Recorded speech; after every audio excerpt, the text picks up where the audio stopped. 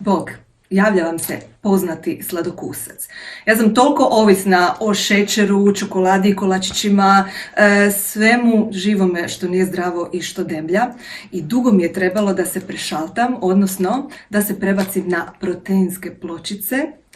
Svi jako dobro znamo da proteinske pločice nerijetko imaju jako loš okus, ali moj Move ima fenomenalan okus. Znači, ja sam rediscoverala proteinske pločice kompletno od kad sam upoznala Cookies and Cream iz Jim Beama, moj Move, Cookies and Cream. Preporučila bi naravno da probate ovaj okus, ima još dobrih okusa. I ja evo tražim svaki izgovor doslovno da jedem ovu čokoladicu. Prije treninga mi kao treba da mi podigne energiju, onda poslije treninga treba mi proteina pa idem prvo jednu čokoladicu pojest pa ću onda kasnije shake.